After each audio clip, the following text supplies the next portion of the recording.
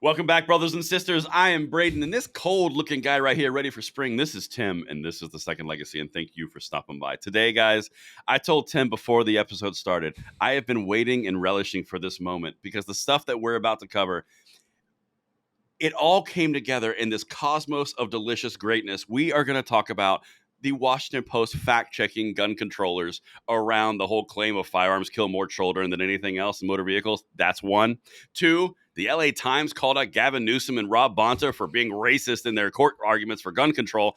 And then we have the epic epitome of the gun grabbers from New York. Guys, this is going to be one of those episodes you need to send out. Make sure you hit that subscribe button, like and share, and do all the great things to help the channel grow. And with that, Tim, I told you, I'm excited. You better be excited about that intro. How was that intro? But I was thinking about why you're doing the intro is, you know what's amazing about what we do? We record most every single day during the week, right? And we are never short on content. These goofballs every single day don't just do something like political. They do stupid things that gives us all the content we need. It's just insane. But anyway. Well, no, it's a very valid point. Very apropos, if you will. What I love about this personally, since we're hovering on the topic of what we do, we get to kind of blend the silly with the serious and kind of make a little bridge in between and have some entertaining times together while we do it. But let's dive into this, Tim. You don't even get to choose. You just get to buckle up and have some fun because I haven't even shown you this yet. Let's get it. Imagine my joy, Tim, when I saw this, number one, floating in the search columns when I looked for something. Imagine analysis. Is gun violence really the leading cause of death for children? Fact check. Can you imagine what was going through my head when I saw that? We all know it's true. I mean, doesn't the Gun Violence Archive tell us every single day this is a fact? So what are you suggesting perhaps this isn't true? Oh, I am. In fact, when I was looking at that, I know, call me the cynic. I've only screamed it on top of like literally every mountain I could possibly find on the internet. But yeah, it's not true. But I thought to myself, there's no way that this is about to happen when I click on this. I was like, it's got to be like, one of those things where like they say a lie is completely true, but it's fact check on the wrong date or something. It's got to be one of those another little Comey games. Moment, right? Hillary broke this law. She broke this law. She broke this law. Oh, and she broke this law and probably this one too. But I'm not going to recommend any charges type of moment, right? But as the chief law enforcement officer of the FBI, I think it's wise and prudent that we don't charge anybody for anything. Anyway, different thing, different topic. Let's get into this. I'm so excited, Tim. Check this out. Number two. Is gun violence really the leading cause of death for children? As you can see, the timestamp right there, February 7, 2024. This came out yesterday. For the record, and guys, I swear to you, I'm not making this up. It's linked. They actually did this. This is number three. They brought receipts. Gun violence is the leading cause of death for children. White House news release, January 25th. Gun violence is the leading cause of death for children of America. Leading cause of death, not car accidents, not some form of cancer. Or abortion. Gun violence. Vice President Harris remarks. Or abortion. Yeah, okay. Can't do that either. They never do. It's so weird. It's so odd. VP Harris said that, remarks at the U.S. Conference of Mayors on January 18th. So it's well established that they have openly said from the lectern of the White House, press releases, and the VP's office that this is obviously a fact and true. So we need to have as much rhetoric around as possible, right? Uh-oh. Yeah.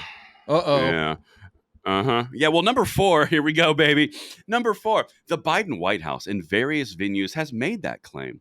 But the source cited in the White House news release, the 2022 study, which we covered, by the way, by the Center for Gun Violence Solutions at Johns Hopkins University, reports data with a broader focus.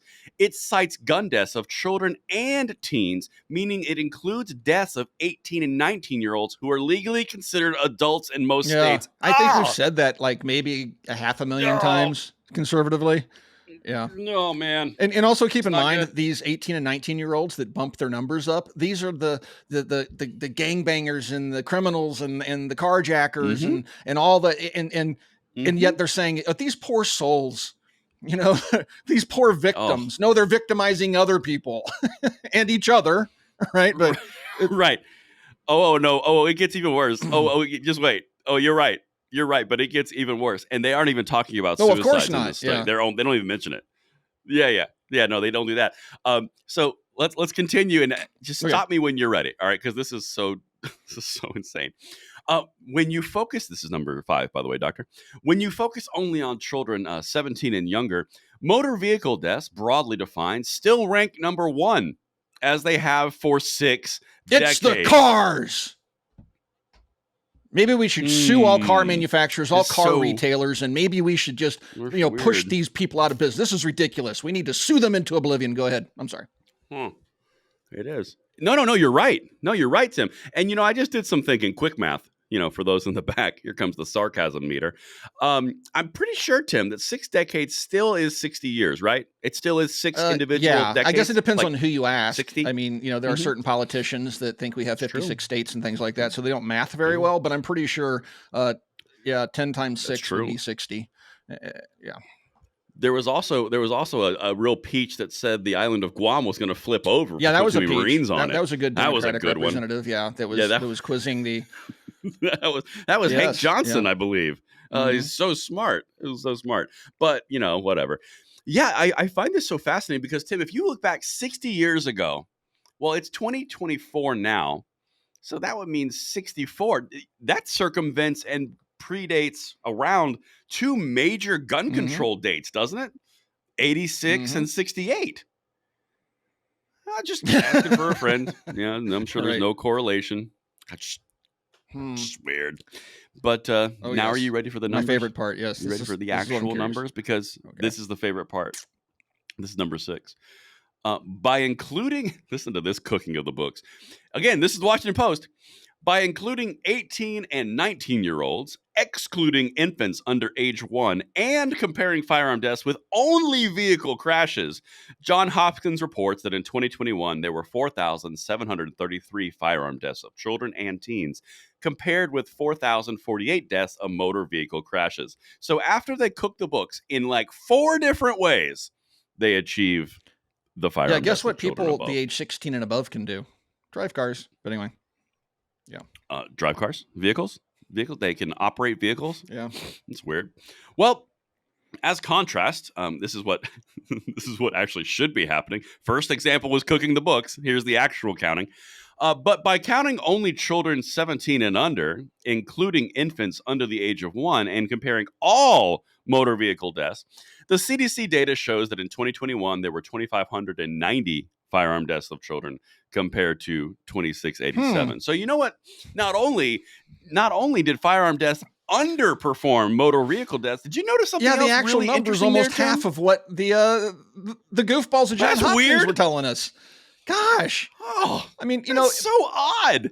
50% would be 18 and 19-year-olds. 2,500 doesn't sound bad enough. 2,500, 330 million people in the country. Yeah, that doesn't sound like enough. Let's just go ahead and double that number. Does that sound good? Yeah, let's do that. Double that number. That's How can we make this really effectual? How can we do a twofer? How can we get over motor vehicles and say it? And how can we really double this up? Well, if we include adults and then we remove under 1s and then we only say vehicle crashes, not all motor vehicle deaths. Like, what if we include people like Biden that has the intellect of perhaps a 5-year-old? Can we throw them into the statistics too if they do something untoward? That's true. That would be math. That'd be the same level of coercion of data and massaging of facts. Here's the thing that really bothers me, we're delivering this in tongue in cheek because you can only really look at this so long before you lose your mind if you stayed serious the entire time, because it really is that asinine. But here's the thing, going to a serious point. This is the type of stuff that the people who are trying to convince you to give your rights to them, that are your rights in the Bill of Rights, under the Second Amendment, they are trying to convince you to do it based off of this data where they've increased it by 50% by including adults, removed certain motor vehicle accidents, and removed 1-year-old or younger. They massage these numbers, and the whole point is to convince you and manipulate you out of your rights. By using the children through emotion, right? So if they said, well, gosh, this is the number of people that have died between the ages of 18 and 35, that's not nearly as impactful as saying, it's the children, all the children are dying. Bump those numbers up over there. Look, they're all dead. 50, 60 million, they're all gone. The entire generation, it's all a play to emotion. This is all they're trying to do. They're cooking the books, making up numbers, and then saying, and it's the children that are dying. It's just all to get that emotional response. So people go, oh gosh, yes. Oh, here they are. Oh my gosh, please, please, please ban everything, But meanwhile, cars are killing more kids than misused firearms, but we don't hear them out there calling about suing car manufacturers and retailers into oblivion and passing all sorts of wild restrictions on that. Heck no. Matter of fact, you can buy toy cars at Walmart. Nope. We'll get into that later. Oh, yeah, we will. That's going to be a great G3 segment. The Goofy Gun Grabbers is going to be on point today. It's... And the crazy part is, man, the media is not going to cover this. It's not like I'm expecting them to. I'm just saying these gun-grabbing politicians from the White House and from the VP's office, they aren't going to be held to account for this. No one's going to say, hey, you tried to do this for so long using these points, but they were wrong. Nope. No one is going to do that, and that's why they continue to do it. Nope, it'll never come up again. They'll never. In all fairness, they'll keep repeating the lie.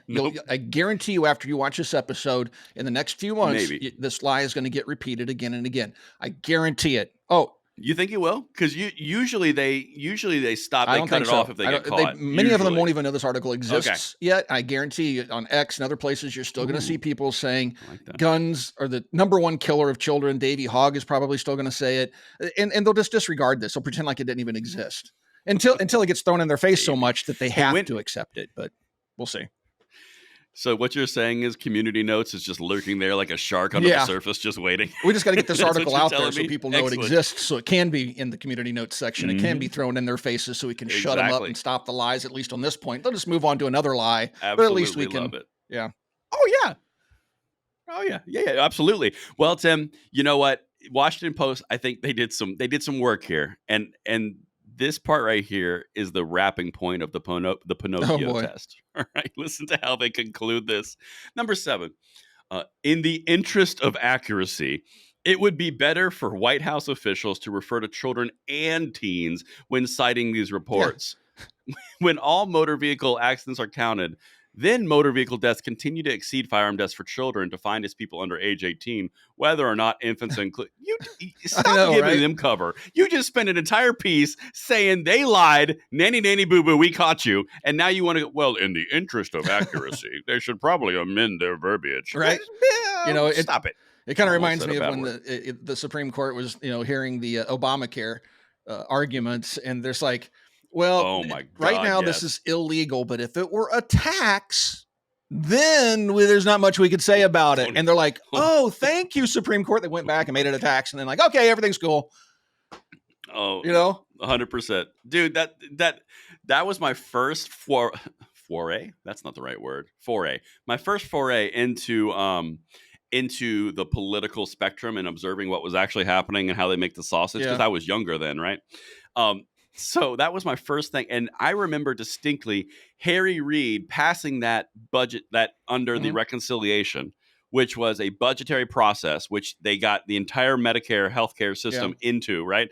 And then they said, well, it's part of the budget. It's not part of a tax in order to get it through reconciliation. Then they passed it. And then when they're sued in court, all of a sudden they argued it was a tax, even though it circumvents the entire argument of when they got it into reconciliation. But that was my first moment where I was like, they had to make it a tax to get it through because that's, Congress has the power to levy taxes. And so you can't do this. You can't take over the entire healthcare market, that entire industry, government. But if you tax it, you can take it over. Yeah. But it's a tax. You're fine. It's a tax.